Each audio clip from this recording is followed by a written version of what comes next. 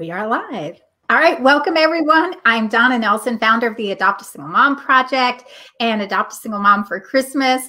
Today I'm super excited to kick off part one of our Back to School series. For those of you who are watching this live, please say hi in the comments so that Tom and I know that you are here. And we want you to know that you're going to be able to post questions that Tom or myself will be able to answer for you at the end of the presentation today. We will probably be about 30 to 45 minutes so that you can plan accordingly. Maybe an hour, depending on all of the questions and how chatty Tom is. So welcome. If you're watching this on the replay, please know that any questions that you pose, you will have an opportunity to also have Tom's contact information to reach out to him at Commonwealth Charter Academy after the fact. So, and if you're on our email list, you will be getting a replay of this to stay in touch as well. So I wanted to just do a quick introduction for those of you who are new to the Adopt a Single Mom Project and who we are, what we do, who we serve, and why we do that. As the founder of the Adopt a Single Mom Project, I started this in 2017 just as an initiative to wanting to gift working single moms at Christmas. And we have grown into a wonderful organization serving working single moms here in Northeastern Pennsylvania through providing social and emotional experiences and resources to support them to thrive in all the areas where there's gaps that are generally to this underserved and under-recognized population literally across our nation. Just in our local communities alone, between Luzerne and Lackawanna County, there are more than 14,000 single mom families. And as we are talking about back to school, they are one of the most strained and stressed in our communities because of lack of choice. And when I say lack of choice, I mean these are the moms who are supporting their families often as sole providers, and as schools are now considering all kinds of options. Some districts, Tom, right, are doing they're not even doing hybrids. They're all virtual. Some are doing 2 days on, 3 days off, and all of these different varieties of how we're schooling for 2021 are creating strains on all of our families, but especially the working single mom. And so I wanted to do this series so that our whole community knows that there are options and what those options are. I'm in a lot of Facebook groups where parents are posting questions, inquiring with others, what are you doing, particularly around the cyber schooling options, who's exploring, what are your options? And I know there are many different ways of online schooling. And Tom, that's why I invited you here today with us to share what some of those things are and how we can, as parents, make better decisions and the best possible choices of all of the bad choices that we have for how we're going to school our kids this year. I'm so lucky. My son is 25. I'm so glad I do not have to make that choice this year. I really feel for the parents. So, Tom, let me just do a quick introduction so everyone knows who you are. So everyone, welcome. Say hi to Tom in the comments, please, and welcome him for taking time out of his day. Tom Schaaf actually serves as the school outreach manager at Commonwealth Charter Academy, Pennsylvania's largest public cyber charter school for grades K through 12. He has a career in education spanning over 20 years. Tom has been in the traditional classroom as a teacher, both in public and private schools, as well as online teacher and school administrator. He holds a master's degree in online teacher and is completing his dissertation with a doctorate in educational leadership at Wilkes University. Awesome, up here in Luzerne County. So welcome, Tom. I know you're going to talk to us about the 10 questions parents should ask when considering online schooling. And Tom also has a presentation, a PowerPoint that we're going to share. So Tom, when you're ready, you cue me. We're good. All you. Thank you very much, Donna, for having me here. I'm really excited to speak with everyone and go through some of the choices that families are dealing with around school. So I did prepare a presentation. I'm happy to have Donna share that right now. That'll kind of guide me through those 10 questions that we mentioned. And, you know, and then I'm happy to tell you a little bit about how CCA works. Clearly, I know a lot about online learning. I've been in this industry for 10 years on the online side, and I've been an online student myself. I didn't mention that when I gave you that background on me, that my master's and my doctoral program are all online courses as well. So I've seen it from both sides, and I want to share how CCA does it and some information about what you should be looking for when you're considering an online program. So that said, let me get my clicker going. So I want to talk a little bit about school facts, just some basic overview of types of school options there are. Then we'll jump into the 10 questions. I'll go through each of those quickly, and then we'll open it up for questions from the audience. So without further ado, let's jump in. So when we talk about schooling or schools, there are a couple of options. There's a chart there. I know that's hard to see. Don't worry about it. I'm going to explain them. There are a couple different types of school options that are out there. Of course, you have your public school, your traditional public schools. What does public mean? That means that it's taxpayer funded. So a public school sees revenue coming in from federal dollars, state dollars, and local revenue. Then there's charter schools. Now, charter schools are also public schools, which means they are publicly funded through tax dollars. Difference being, they're not able to levy taxes on the local community. Their tuition in Pennsylvania comes from the local school district where the student resides. So that's what essentially the money allocated for a student follows the student to the charter school. Now, charters can be brick and mortar charters, a physical building that students go to, or it can be an online or a cyber charter school. And you see that at the bottom of the list there. So cyber charters in Pennsylvania are a charter school, publicly funded, taxpayer funded, so no tuition for parents to sign their kids up. And the other options then would be private. You have private schools. Clearly, what makes them private is you're going to pay tuition to go to them. There's a lot of different types. One pretty common one would be the parochial school. Difference being there that it's religiously based. It is funded through the church system. Parochial schools are kind of synonymous with that setup, but private school does not have to have a religious base, and plenty of them do, but they don't have to. But clearly, the biggest difference is who pays for it. And in most cases, beyond grant dollars, it is going to be tuition paid by the family. I would say there's one other type up here that's not up here that is an option for families. And Donna, I'll put you on the spot. Can you think of one other type? But it's not a school. Maybe you call it unschooling. Yeah, I was going to say homeschooling. You got it. Yep. It's not on this chart, but it is an option for families as well to essentially take your student out of the public school system and make the decision for your family and your child what it is they're going to learn, what the curriculum is going to be.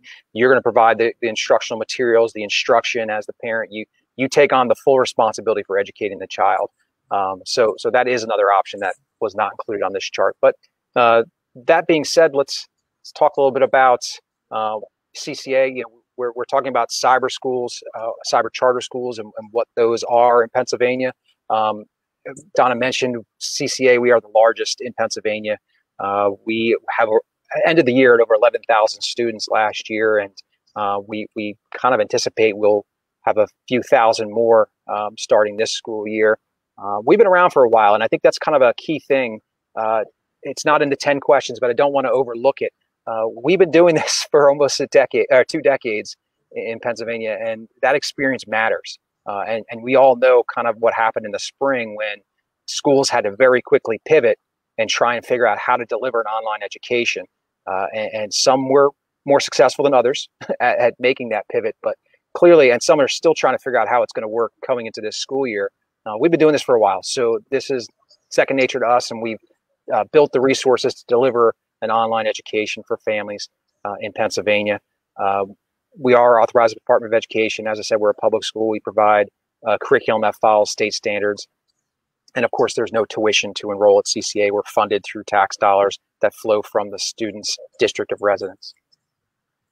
All right, So I got some of that out of the way. Let's talk about these 10 questions. If you're thinking about an online school, online education, whether that be through your school district providing a program or going to a cyber charter school, there are definitely some big differences you want to consider.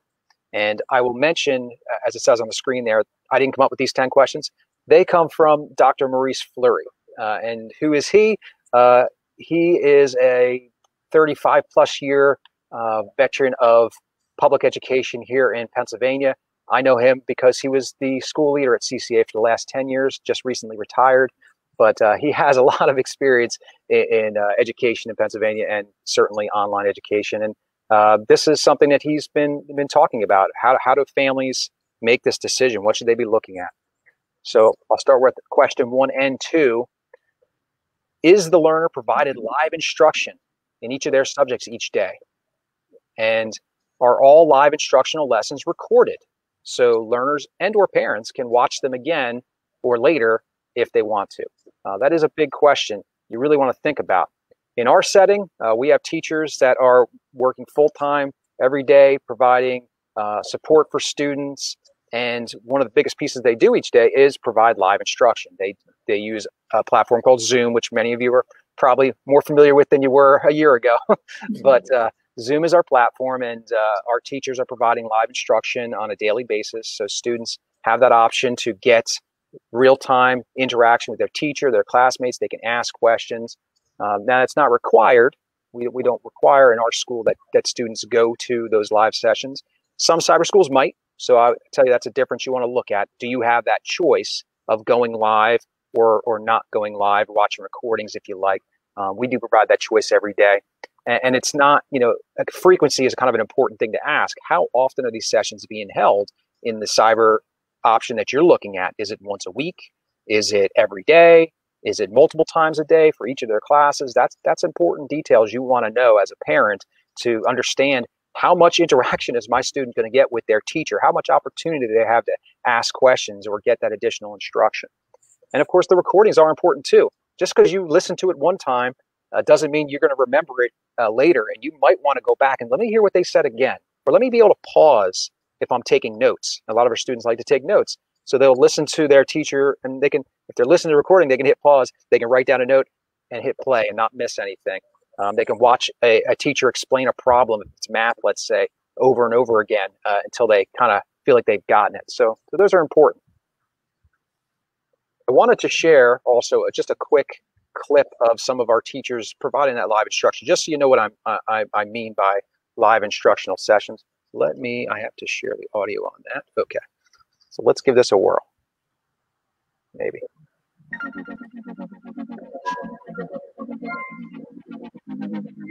All right, friends, I'm so glad that you're here for another reading roundup practice. We have a couple more friends coming in. Oh, there he is. Hi, Ismael. Hey, buddy. I'm so glad you're here. We were just getting ready to get started. So can we go ahead and put our thinking caps on? Thinking caps on. Listening ears open. And put on your goggles. We have a lot we're going to do before lunch today, so you guys can see it. How about donut? Donut. I see some of you making faces. All right, let's try it out. Donut.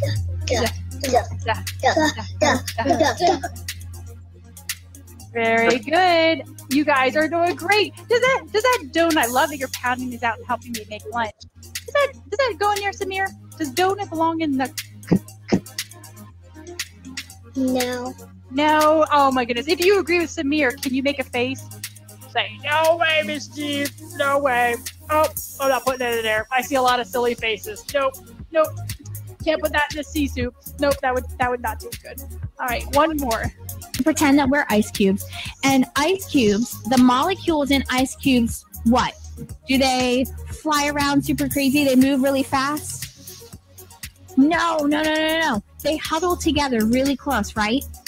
And they're packed in there. So think about like in the winter time when it's really cold outside, you want to cuddle with someone to stay warm. All right, so that's what we're going to do. I want you guys to become molecules. And for you to become a molecule, I need you to dress like it's winter time. So I want you guys, on the count of 3, I want you to go put on layers, put on your jackets, grab a blanket, put on a hat and gloves. We're cold, remember? We're molecules. We're bundled together. We're tightly packed inside of our clothes. We're going to keep reading here. We're going to keep reading. What was the atomic mass? 12. So we have 12, which is our atomic mass, and we subtract what from that, Brody? The atomic number, which is 6. Which is 6, and that gives us 6 neutrons. We write that little 0 symbol because neutrons are neutral. And tell us what you think is the most stealthy. I think the black panther. Well, hopefully that gives you just an idea of what we mean by live instruction. So you want to have those opportunities, again, as often as possible for students to be able to interact in real time with their teacher, still feel that social interaction as part of learning. Now, again, every student's different. Some kids don't want that, and that's okay too. If they can be successful without it, so be it. But it is something you want to ask. Is that going to be provided? And maybe even who's providing it? Because I know that some school districts outsource that as well. So it might be someone from an IU that is actually doing the live instruction in their online platform through a school district. For us, obviously, it's our teachers, working with their students. That looked so awesome, Tom. And I love the freedom, as I was looking at the first one. What grade were the first ones in? Were they kindergarten? Yep. Just the freedom of those kids to either be standing or moving or sitting attentive. I mean, not that any of them were doing that.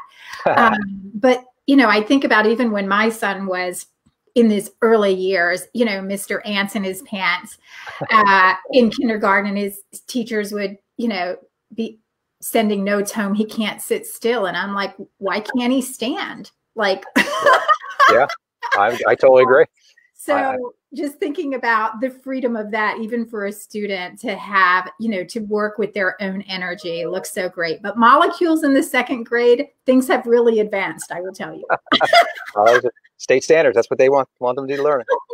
It's funny you mentioned too about the standing and moving. As a teacher, I like, sitting down to teach is not really, it doesn't seem natural. When you're in a classroom, you're standing up, you're moving. So when I, became a teacher at CCA, I was sort of that strange person who stood in his cube. I kind of built my workspace so I could stand instead of sitting at my desk when I was instructing. And now it's, everybody does. We have the desks that kind of go up and down depending on what you're doing. And standing to teach is, I'll same way. If I had to sit to teach, it's not the same. I don't feel like I'm doing the job if I'm sitting. So.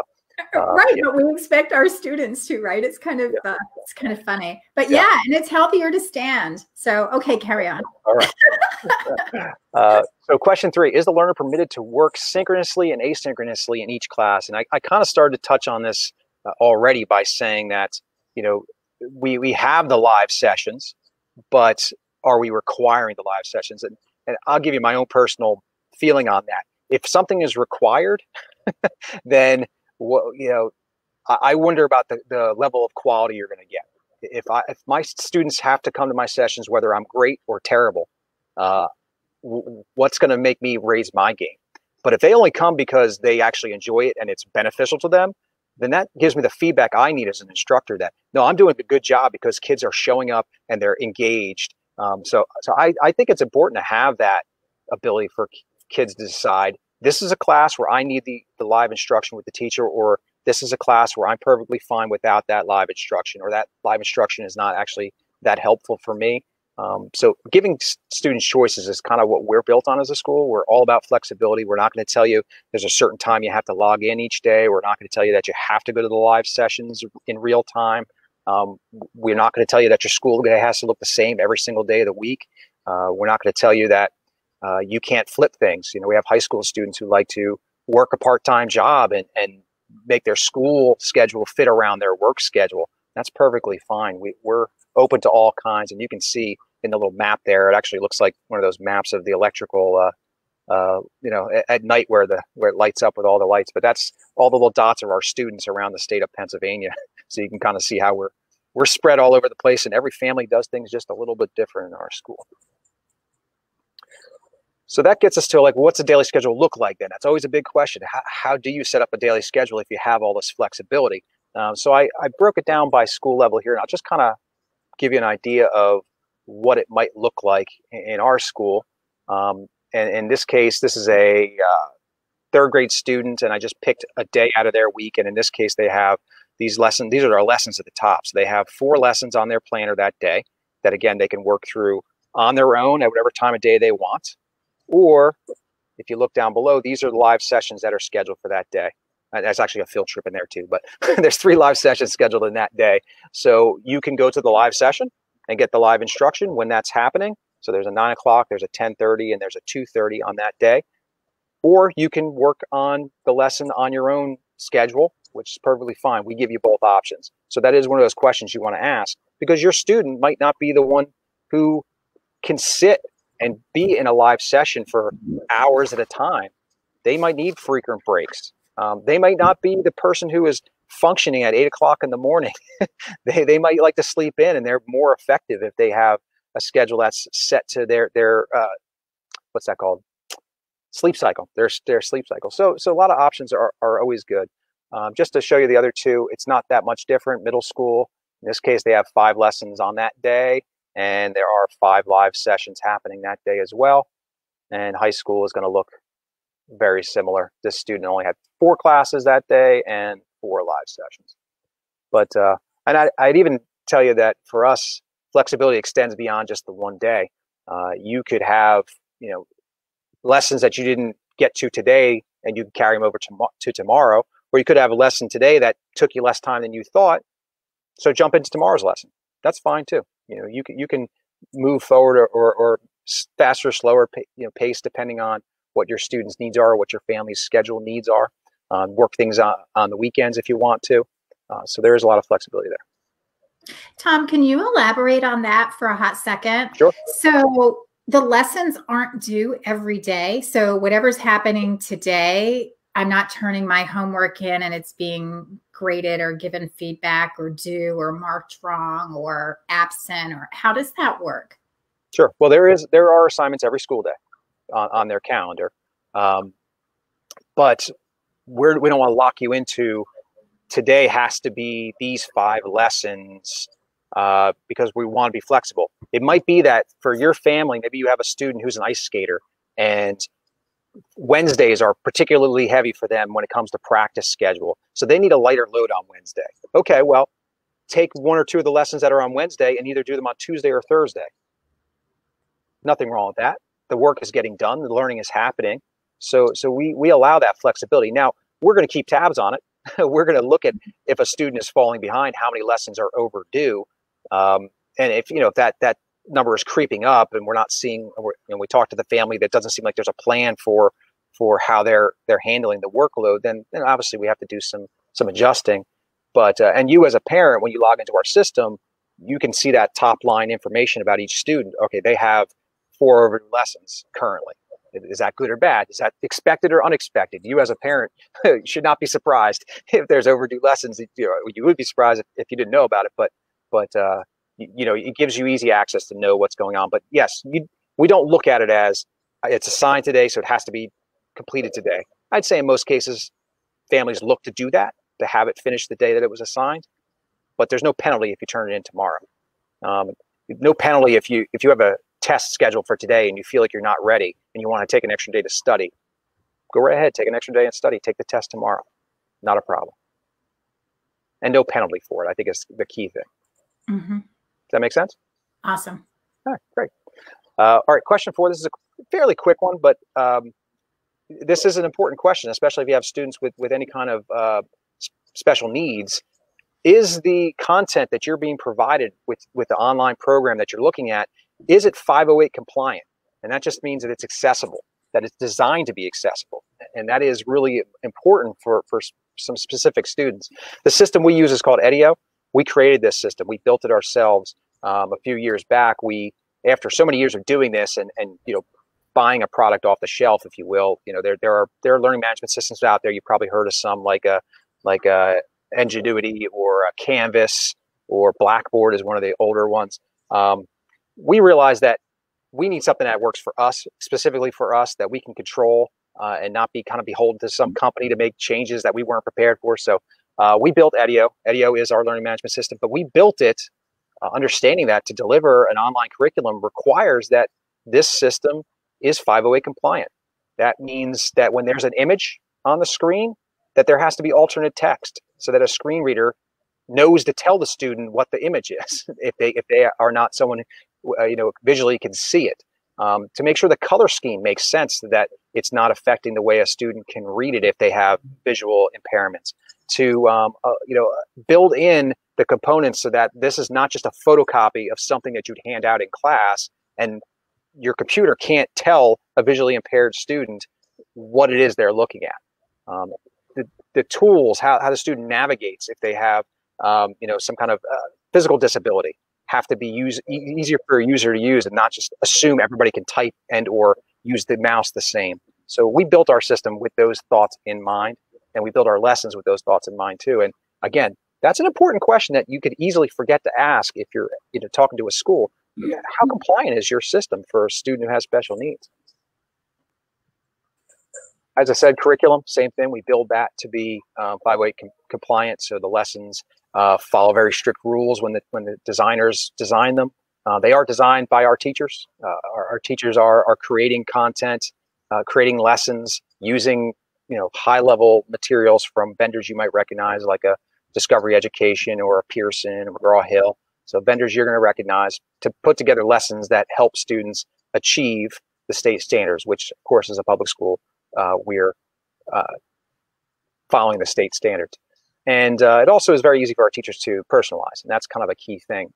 You don't have to teach all students the same way, because not all students learn the same way. So our teachers have a lot of flexibility in our system to make changes. Again, it's not just photocopies of something out of a textbook. This is a very, very adaptive platform for us to provide learners with exactly what they need. And of course, it's all online, so it's available 24 hours a day. All right, we're halfway through. Question 5. Are supports provided for parents and learners, such as after hours, tech support, mentoring? As a family, how are you supposed to get up to speed on how this system works? And I know, get back in the spring, everybody felt a little thrown into it. And I can even tell you, as a parent, with students at a traditional school, I was kind of like, hey, where am I supposed to find these things? And can we all be on the same page as what tools you're using, or where I can locate whether they did this or not? And so for us, family service is kind of at the heart of what we do. It's the beginning of what we do, which is provide families onboarding, orientation, to make sure they get off to a great start, so they understand the tools that we're using, how to operate inside of our system, how to contact teachers if they need help, giving them people that they can reach out to and places they can go. Yes, we're a cyber school, but sometimes you want to meet face-to-face with somebody. So we do have a dozen family service centers across the state. You see the little dots on there for all our locations. So, if you need to come face-to-face and get help, we're close by. No matter where you are, we're close by. And every new family with us gets a family mentor, and that is a veteran parent in our school who lives in your area, who's going to reach out to you on a regular basis to check in, offer support, ideas, tips, whatever you need to feel like you're not on an island and having to figure it all out yourself. You're going to have people there to support you. And again, that's a great question to ask when you're looking at a program. How am I, as a parent, going to learn how to be effective in this school setting? Because really, most of us didn't have the chance to go to online school, so it's all new. Other things that we offer, we certainly have special education services, and that could include related services such as OT, speech, things like that. Again, we're a public school, so we're going to follow IEPs and 504 plans and provide those services. We also have evening support, so some extended hours with teachers that are there to offer some help in the evening when our regular staff may have already gone home for the day. So we do have some of that extended hours for families that are working some alternate times of the day. Okay, questions 6 and 7. How often are you going to have contact with your teachers, and what materials is the school going to provide for you? So again, for us, what we ask of our students is that they're going to log in each school day, they're going to give their best effort, and that they're going to communicate when they have some kind of needs. Now, if they're younger, if you're talking about a kindergarten student, we don't expect them to pick up the phone or jump on the email. and tell the teacher what's going on. That's where the learning coach really has an important role with the younger kids to make that contact so that the teacher understands what they might be struggling with or need help with, or any confusion they have.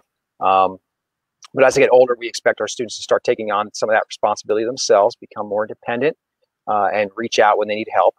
But what are our teachers doing? Well, they are, of course, monitoring what work the students are turning in, but also communicating regularly. We have phone calls that are scheduled, so our families can count on hearing from their teachers on a regular basis. We also send plenty of email. We schedule one-on-one tutoring sessions when students need that help.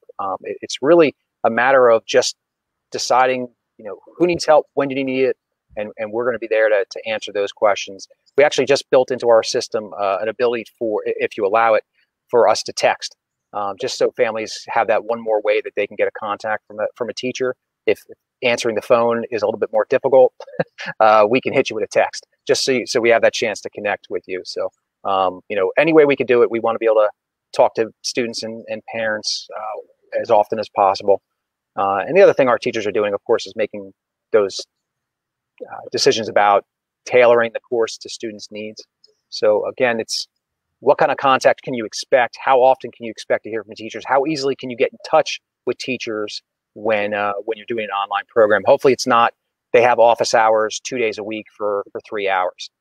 That to me is a little unacceptable. You really should be able to talk to your teachers every day if you need to. And that's kind of how we set up our school.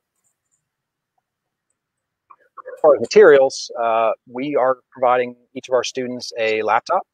We provide a printer for each household if you want one. We provide a great tech support team. They are right here local, actually not too far from where I am, down the street in Middletown, Pennsylvania. So they're there to support families if you had any technical problems with your device. Hopefully you never would. We also provide course materials. You can see that upper picture there has just some of the physical materials that our students are going to get. It's a question you want to ask. Is your school going to just provide everything digitally? Student has to do all their learning on a screen, or are there actual materials that they're going to work in? For younger kids, that's important. We still have handwriting. We still need those kids to learn those fine and gross motor skills, and we want them to do hands-on activities. We want to provide them with an art kit and a science kit so they can do some real hands-on learning, even though this is a cyber school. So again, those are important questions. What are they providing you? Hopefully they're providing you everything you need. And if not, what are you going to need is a good question to ask. Are there materials that you have to purchase as a family to be successful completing the lessons? Lastly, for us, we provide a technology subsidy of $50 per month for each of the 9 months of school. And we pay that out as a check that goes to the household every 3 months. So a $150 check in December, March, and June. And that is essentially to offset the cost for internet, because you kind of have to have internet to go to a cyber school. So we know that's a cost to the family. We want to offset that. So that's why we provide that subsidy. Almost done. Question 8. What social activities are provided, and are they virtual or in person? So socialization is a huge question we always get as a cyber school. And you want to be able to ask that question. Is my student allowed, if we're looking at a program that's provided by a cyber charter or by the district, are they allowed to participate in clubs? Are they allowed to go to field trips? Are they allowed to play sports? My hope is yes, is all the answers to all those questions. For us, students can participate in extracurricular activities with their school district. That's part of the charter school law, so they can play their sports with their local team. We offer lots of field trips. We think that's really important. So we do about 500 a year across the whole state. Now, in a typical year, those are in-person field trips. The last 6 months have not been particularly typical. So we had to switch gears and start offering virtual field trips. So we still have that opportunity for kids to learn in some different ways and break up, the monotony, if you will, of a normal school week to have some different and interesting things going on. And we'll continue to do them virtually until we can do them in person again. We do have lots of clubs at all levels, elementary, middle, and high school. So kids can participate in clubs. A lot of those clubs are virtual, so they don't have to go anywhere or travel. They can interact with kids anywhere in the state. But there are some things that are in person. So I think of like our theater club. Our theater club practices on a weekly basis until it comes close to showtime. And then the week of showtime, they actually get together and do a rehearsal and do a live show. So, there is some in-person components with some of the clubs, depending on what the content is. I'd also throw out there one other thing that we offer, because we know there's some things that we don't have that you might have access to in your local area. Maybe your student wants to take karate lessons or swim lessons, or they want to learn pottery at the community center. If that's something you have access to, but there's a cost to it, let's not make that a barrier. So we'll reimburse up to $200 per year per student for them to take a community class. And so that's, again, just an opportunity for students to have something social in their neighborhood, something they can participate in, another learning opportunity for them. Something else we've developed and continue to develop over the last few years is our works programs. So we have 3 of those. 2 of them are up, and the 3rd one is coming soon. AgWorks is in Harrisburg. TechWorks is launching in Pittsburgh, and MedWorks is coming to Malvern in about the next year or so. And these are programs that are designed for students to get some hands-on experience in careers that are important in Pennsylvania: agriculture, technology, medicine. So it's not a class. It's not not something that I have to worry about. Is this going to hurt my grades if I don't like it? It's meant for the kids to actually experience the careers in these areas and get some real hands-on experience. Hopefully something that's of interest to them, a career cluster that's of interest to them. Maybe do an internship or job shadowing in these areas. But these are real facilities, and we want students to have the option to do some in-person job training and skill development. So we're continue to expand our works across the state. Tom, what ages or grades are able to participate in the works programs? So they're built to interact with all grade levels, but when it comes to doing an internship, we're looking at high school level for that. Is that 9th grade, starting at 9th grade? Yeah, 9 through 12, exactly. But we have clubs that are elementary, middle, and high school around our works programs, and also there are some courses like we have for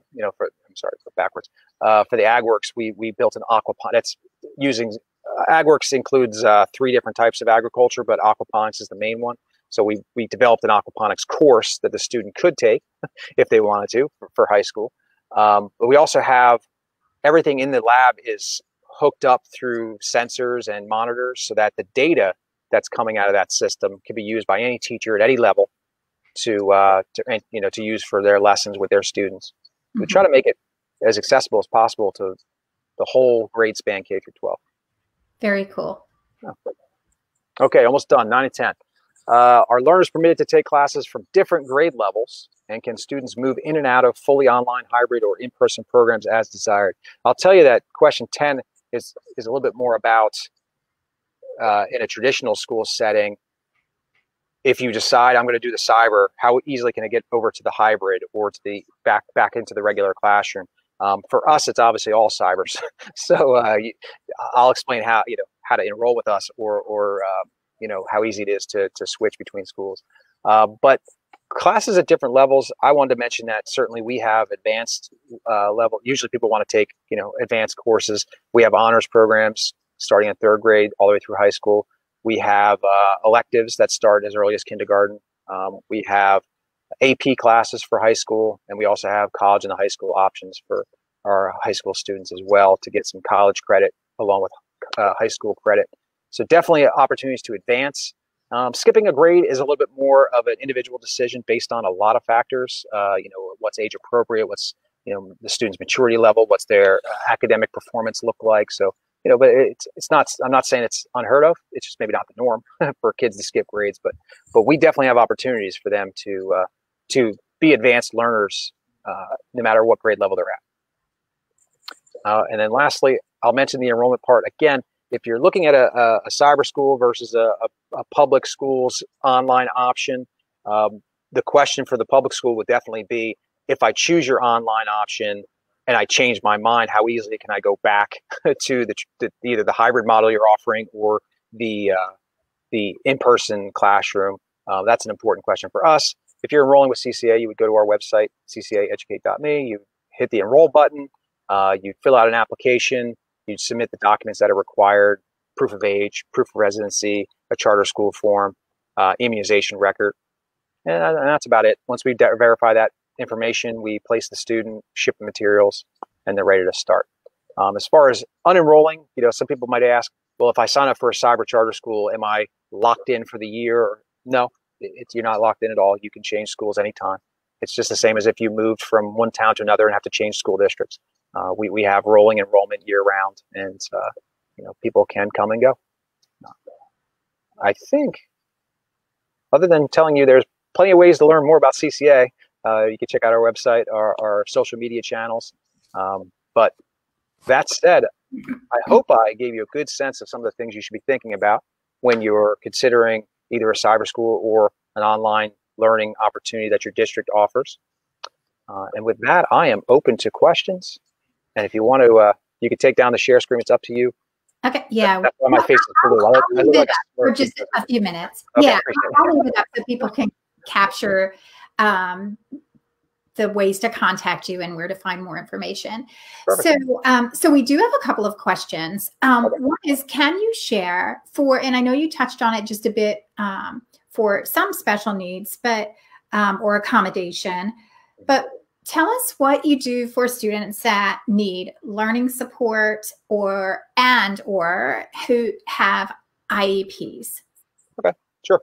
So certainly there's a lot of students in our school that are designated either have an IEP or a 504 plan. They need special education services.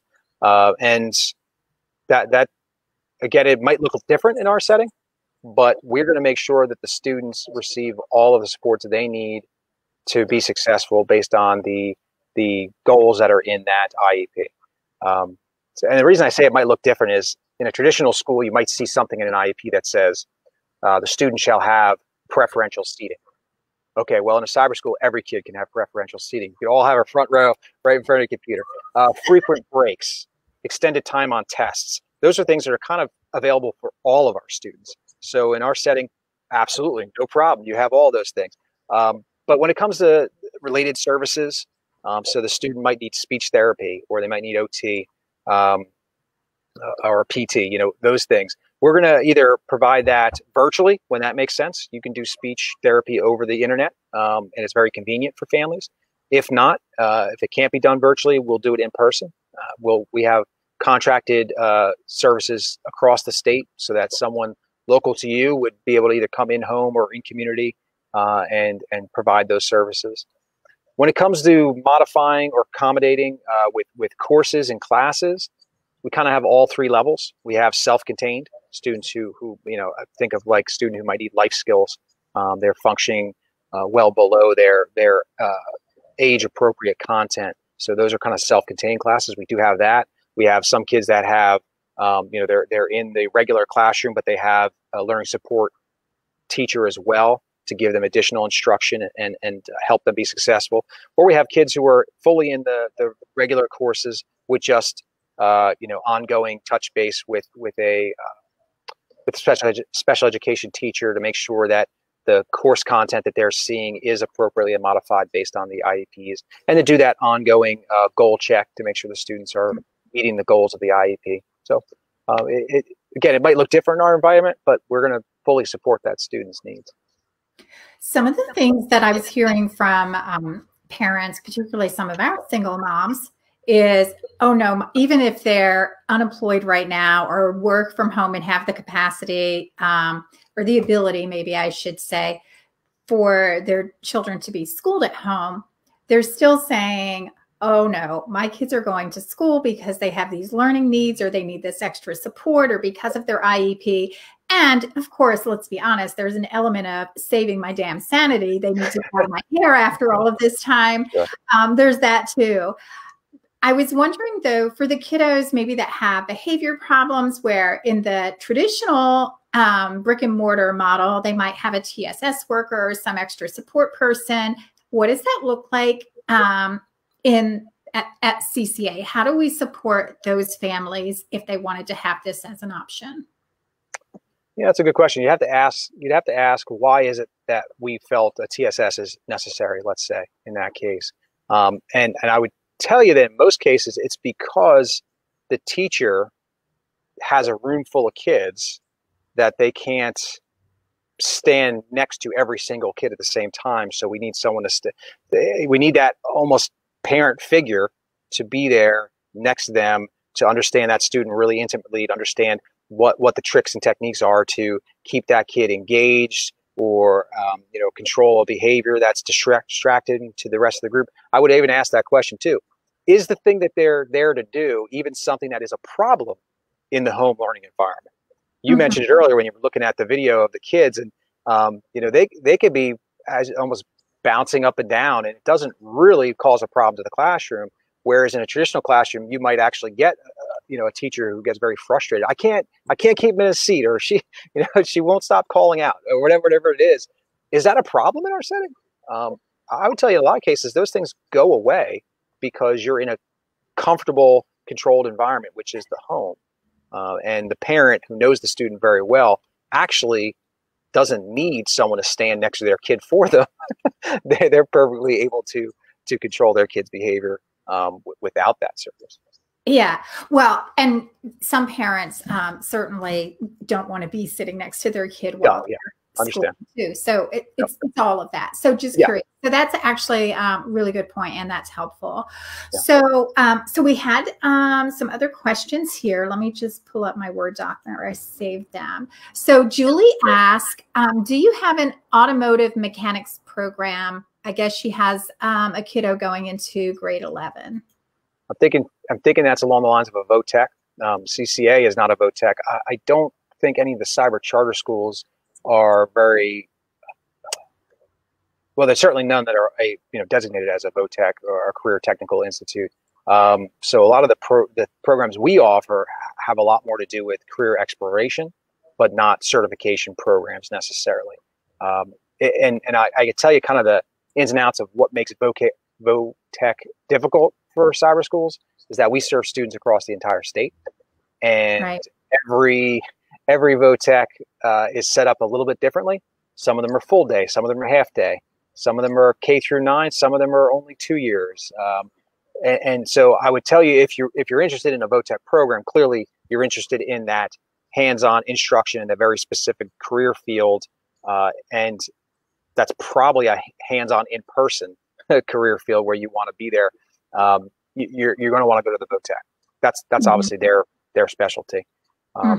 For us, we focus on career readiness, which means working with our students all the way, starting in middle school every year, looking at careers, career clusters, doing personality profiles. That's the wrong word. Occupational profiles to understand what type of worker they are, what type of work environment might be right for them, to explore what jobs exist in the clusters that they're interested in, to have a job shadowing, to do an internship. Maybe one of our works programs is a good fit for what they're exploring. But if you want a full VOTEC program, I would say, go to the experts who are the VOTEC schools. Yes, if you know that's where your kid is slanted, and they do better with all that hands-on stuff for sure. Yeah. So, okay, now Angela says, and I know you hit on this in the very beginning and throughout a bit, her question is, what is the difference between a regular public school and a charter school? There is a couple of differences. Certainly, I mentioned the funding earlier, that charter schools, unlike a traditional brick and mortar school, which has the ability to levy taxes on the property owners in the district's lines, as well as maybe per capita taxes on all the adults who live there. Charter schools don't have the ability to levy taxes. So their funding comes through the school district where the student resides. Now, there's two types of charter schools in Pennsylvania. There's the brick and mortar charters, which are authorized by the districts where they actually have their building. So if I set up a charter school in the city of Scranton, I need to be authorized by the school district there to get my charter. Cyber charters are authorized by the Department of Education because we exist all over the state of Pennsylvania. There is some differences in the staffing. So the school code does allow for some innovation in the way you staff your schools, the way you set up your schools, administrate your schools. That said, I would tell you, at least for CCA, we're pretty straightforward, the same in those ways. We have 100% of our teachers are Pennsylvania certified and highly qualified, which means they teach the content that they're credentialed in. So we don't use any flexible model there where we can have 25% of our teachers not be certified or something, or not highly qualified. I'm really struggling to think of much other that's different about it. Other than what you already said, Yeah, which is there's not much different. There's no cost. We're giving you all of the technology that you need to support your student. I love how you're doing things extra, what I call extra, to remove the barriers, but also all of the enrichment stuff that you're providing as well. So love it.